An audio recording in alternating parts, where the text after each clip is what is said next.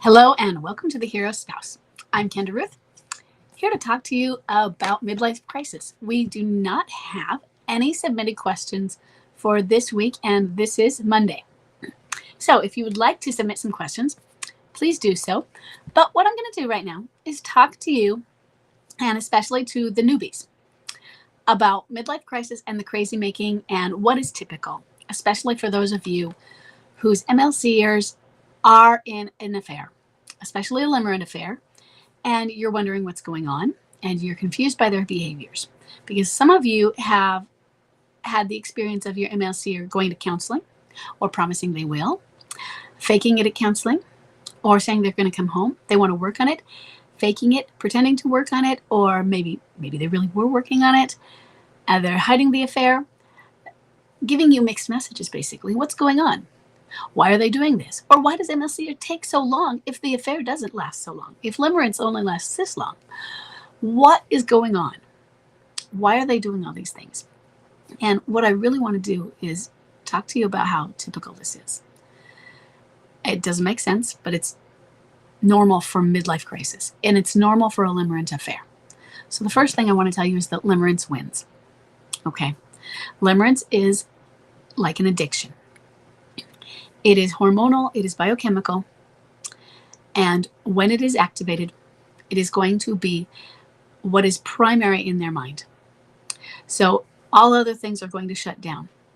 So empathy is going to be laser focused for the limerent object, and it is going to be reduced or even eliminated for everything else. So they may no longer have empathy for you. It's going to be focused right on that other person. That means they will defend them to everything. Look at what Bonnie did for Clyde. It made no sense. It was stupid. But she followed him all the way across a killing spree, okay? Limerence wins. So you can't defend. And if you start to attack that other person, they will defend that person, even when it makes no sense. The kids are resilient. No, they're not really. Kids are not really as resilient as we all say they are. Kids get damaged. But it needs to fit their narrative. And so they are going to say the kids are resilient. And we've heard that for so long. And you know what? I turned out fine. My parents divorced and I turned out fine. And you're looking at them going, really? You're fine? Because you're not fine. And maybe it's that they're not fine now, but you might also have recognized them as flawed prior to this, or everything was fine prior to this. But for some, you've noticed that things they had issues, and you didn't want your children to grow up with the same issues that your spouse who you love has had. So no, they didn't turn out fine. But they will make all of those excuses, and they're lacking in the insight. So a lot of those other things are going to get buried. When limerence is activated, food, colors, things are more vibrant with that other person. They just want to focus on that. It is an amazing experience of sensation, and nothing else matters. But it doesn't last. The problem is that even though it doesn't last, other things can replace it. So limerence lasts 12 to 36 months. And yes, it can go longer, can go shorter. There are things that can destroy it. And that doesn't mean that it will destroy it for everyone. I would think that for most people who are probably less traumatized, come from less of a background, the killing spree that Bonnie followed Clyde into would have destroyed it. Okay. That is an extreme example. Most won't go that far. That would destroy limerence. But it didn't for them. So we're going to have somewhere they will follow them. We have quite a few whose limerent object is a sex predator. That person has crimes against them. We have got a lot who have domestic violence cases against them. And the left behind spouse has looked it up and sees, hey, this person was physically violent with past relationships. Oh no, that wasn't real. That was just it was a he said, she said. They'll make excuses. And it might be what that new relationship is told the MLCer. So they only have one side anyway. So why would they believe anything else? Right? So what might replace it then is emotional blackmail. So what I want you to think about is learning about emotional blackmail as well as limerence. Emotional blackmail was described by Susan Forward in her book Emotional Blackmail. So you can go to Amazon, and I recommend getting the book Emotional Blackmail. It can replace limerence, and it can be just as strong as limerence. Depending on the person, it can be stronger. Okay? So even if limerence fades quickly, or it is not as strong because of the fading quickly, you could have both of them working together. So my husband Chuck's affair, I think limerence was there, but I don't know how strong it was soon after. She faked a pregnancy very early on. She was 41. Not long after that fake pregnancy, she had a full hysterectomy. If you have a full hysterectomy, you probably weren't capable of being pregnant, of getting pregnant, due to the fertility issues you were probably having. She faked a pregnancy. That already was such a high-level thing to do at 41, to trap him because she faked the pregnancy the first time he left her. Sure, limerence was still at play. A few months later, she threatened what I call indirect suicide when she told him something was wrong with her brain. It was water. She said, I have water on my brain, and the doctor says I'll die if I don't do anything about it. And I'm not going to do anything about it unless you come back to me. This was on another of the times she'd left him. And it was only a few months later, so he'd come and gone a few times. Emotional blackmail was taking over because those two things were emotional blackmail, threats and extortion. And yet there was still some limerence active as well. So it was working together, but I don't think the limerence was as strong. But this was still in the beginning. The affair had not been going on for a year, even a year, but it lasted for about 3.5. So those two things in concert kept it going. And for most of that time, he wanted to find a way out, but didn't have the strength. And she continued to make those kinds of threats and guilts toward him. So I want you to learn about those things, because those are some of the things that are crazy making. And if you don't have an MLCer who gives you some sort of emotional, psychological, or verbal access to what's going on, you might not know that's going on. Chuck had what I call oral diarrhea. So he told me a lot. Sometimes he didn't know he was telling me these things. He just spilled his guts and didn't realize I was picking up on stuff. And so I knew what was going on, and he brought a lot of her energy to our house when he returned. And he came home, moved home frequently, which I don't necessarily recommend you allow. So I had a lot of information. Remember, you don't know what goes on behind closed doors. And he was telling me a lot of what was going on behind closed doors. So you think everything is hunky-dory back there, and there's emotional blackmail going on. You are wondering, what is going on, this crazy making? Why is he nice to me? Why is he mean to me? Why is he nice to me? What's going on? Or what is going on because I can tell he's been to the house. I was at work, and he came in, and he took a bunch of stuff. And then sometimes he's not here, but sometimes he came in and took stuff, random things like a t-shirt. Here's what might be going on. One, it was later, Chuck told me, not much later, it was still in his crisis, that the alienator, Mary, would make lists of things that were missing. The first time he moved out, he had an apartment. All the times after that, he just moved straight to her house. So the first time, he had taken stuff. He thought he was really leaving. He took the couch, which I hated, so I said, please take it, get that thing out of me. It came back, yuck. So she noticed things that really should have been coming out of the house when he moved to her place. And she made lists, and she told him, you need to go get these things out of your house, and you need to bring them here. And apparently he told me that she said, "This is how you'll prove you love me." And so to satisfy her, he wasn't actually trying to prove he loved her. He was trying to shut her up. He was trying to quiet her down, trying to reduce the conflict. And so sometimes he would come home and grab an item, grab a toaster, grab things. So I'd come in and, well, I'd go into the closet and, well, there's a t-shirt that's missing. I mean, I could have cared less. It wasn't my t-shirt. But why did he now? It wasn't a big deal other than that. Why now? Because when he left, he might have just grabbed a go bag. So we don't know that they're arguing all the time if they're not telling you. I had a clinging boomerang that was so clinging he was expressive to me. And you might not get that. So you're getting all these mixed messages and you don't know why. The why is that they are arguing with that other person. And the other why is that this is a midlife crisis. And what is a midlife crisis? A midlife crisis is a crisis of identity. They don't know their purpose, who they are. It's an existential crisis of, why am I here? Who am I? What am I supposed to be doing? I haven't made it in life. Or, oh my God, I don't belong here. I'm a fraud.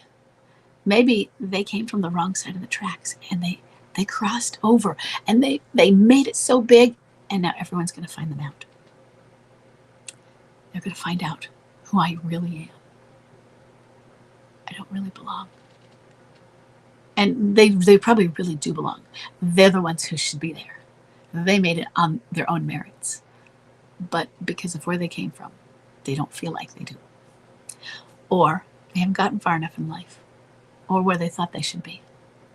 Or maybe they followed what their parents told them they should do. And they went into the family business, or their parents said, you know what, this is what you need to major in. You don't major in that because that's not going to get you a good job. You do this and this and this, and that will get you the job you want so that you can pay your bills and you'll have a good career and you'll be able to retire, blah, blah, blah. So they did that. And they're just on the treadmill of life. They're not happy, but they accommodated because that's what they were supposed to do. Just like Chuck. What Chuck does is he votes for the political party his dead father told him he has to. Don't know what he wants and what he believes, and he might believe that. I know that his personality and temperament is a lot like that, which is fine. But he told our son Blaze that he does it. Blaze told me, he said, Dad told me that that's what his dad told him he has to do. His dad died 5 years ago, and that's so sad. You need to choose to be who you want to be. And they're struggling with who they are and who they want to be. And that's really scary for them. And so they don't know, and they are running from it. And then they're making bad choices. The bad choices of leaving you, the bad choices of having an affair, the bad choices of an affair down. And what it does, the guilt and the shame, and the conflict of the affair. Let's say that the affair partner is really a normal person, not someone who would have been an affair down anyway. The affair person often is an affair down. They have, 3 kids, 3 dads, from 3 different, moms or dads, all that. But let's say maybe they're another MLCer. But the act of being in an affair drags them down too. The limerence pulls it out of them. The limerence lowers our coping skills. The limerence gets us to latch in and put an attachment in. This person is mine and I will fight for them. And you can't have them. We want to be the woman scorned or the man scorned and go after it. No, they're actually going to be the one. They're the ones that often do that, even if it's not what they normally would do. And there are many affair downs that was who they were anyway. So that other person is a natural high conflict relationship due to the nature of it being an illicit relationship. And no matter what they say, understand this. That is an illicit relationship. It is infidelity. It is an affair. And when I say affair, I mean something that is illicit and a relationship. If it is a fling, if your spouse is having one night stands, I'll call that infidelity. But when I say affair, I mean something that has a relationship with it, where they are forming a bond. Okay? And there's a jealousy there. There is a fear of, well, first thing, this person is cheating with me. So, of course, they're a cheater. So I can't count on them to be faithful. So there is a natural fear that I can't trust them. Why could I? They're not being trustworthy in the moments that they are with me. So it's already naturally had conflict. Their fights are based on that. Their fights are based on the existence of you, that you exist. Now, sometimes that is literal, where they are fighting about you or about the children or about the family. Why aren't you divorced yet? Sometimes that's just the root of the fighting. And they fight, have other excuses. But this is what's going on, and you don't see it if they don't let you see it. And that's why you're getting the mixed messages. They're coming to you. Maybe the alienator is saying things, and then they're bringing them to you and starting a fight. Maybe sometimes bomb drop was a fight, but it was deliberate. All of this. They come home to you, sometimes to test, to prove to you that it wasn't ever going to work. Sometimes because they really think they can make it work, and they don't know they can't make it work right now. Someday, sure, yeah. Some of them genuinely want to make it work with you when they come home, and they want to get rid of that person, but they could be just friends, of course. So they're not really going to get rid of them. But they can get rid of them as a romantic partner, because they can stay friends with them, right? Of course not. But since they don't really want that person out of their lives, they're not going to make the commitment to get rid of them fully. Or the other person won't get rid of them. And so they'll keep calling. There's an addiction, remember. And they're going to deny that. And they are not ready. The crisis won't let them be ready. And if it's a midlife crisis, they have to go through this. They have to integrate all of those pieces of themselves that are broken. And if they don't do that, they don't resolve it. It doesn't get through, and they cannot come back to a fully formed, reconciled relationship with you at all. They can come back to a broken relationship, but it's broken. Or if they get yanked out and your relationship feels okay, often it's not really. You sweep things under the rug is what often happens. And you think things are better. They will go back in for a worse midlife crisis later. And when I say later, I don't mean in 2 years. If it's 2 years, it is the same crisis. You have just gone into a little vacation from it. I mean in 10 years. So you think that you had this, you really thought it was fine. 10 years later, bam, whole new crisis. And it may be very much worse. And you don't want that. You need to have this resolved now. And it is a long crisis. MLC lasts 3 to upwards of 7 years. So if you are new here, I know you're lost. I know you're confused. I know this affair is pulling you down and your kids are involved and everyone's lost. I want you to go, if you have not already, I want you to enroll in Understanding Midlife Crisis. It is free. It is, I think, about 2 hours of a series of videos. I think the longest one is 30 minutes. Most of them are smaller than that, 7 to 15. But for one of them, I think it was the infidelity video, I just kept talking. So, and that one was about 30. It's streamed over about 3 days, so in 3 modules. So you get the first module the first day, and the second day you'll get the second module, and then the third day the third module will come. And that is to remind you to keep going, because when I didn't do it that way, then I give them all at once, people didn't continue. Get those and watch them. The course is free, so I want you to enroll in that course. If you have already enrolled and not watched, go watch them. You don't have to watch them all at once. You can watch them in your leisure time. You can watch them while you do dishes, or just listen, because it's just a talking head like this is. I didn't make them with little video examples, so all you have to do is listen. Okay? Do that. And you can do it over and over and over again. So re-listen to them. If you haven't listened to them but you signed up, go listen. If you haven't listened to them for a while, go do it again. It is not meant to get you into the healing portion, which is really more important. It's not meant to talk to you about detachment. It's not meant to talk to you about mindfulness, which I think is more important, but it's meant to answer your basic questions so you know what's going on. And you need to know.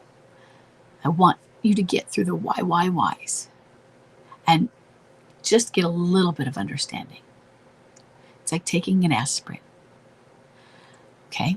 It's just, okay, I'm going to take this, and now that I've taken this, then I'm able to focus on healing. Because when we're crying and freaking out and shaking and so filled in our anxiety, sometimes we can't focus on the deep breath we need to take to get going on that healing. There are a lot of mixed messages out there. And if you want to stand for your marriage, and if you don't want to stand for your marriage, sometimes getting answers helps either pathway. Sometimes getting answers can help you determine which pathway. Okay? So, I am here to answer your questions. Submit your questions as you need, okay? I try and answer 3 a week. So, this one's going out for today, Monday. And I will, if you submit some more, I will try to have another one ready for Wednesday if you get it out to me. If you get me a topic, I can talk to it on a topic like this. So supposing I don't have to go do heavy research or anything, it's something I can just riff on. Whatever you need, okay? Just let me know. I'm here for you, and I will see everybody in the next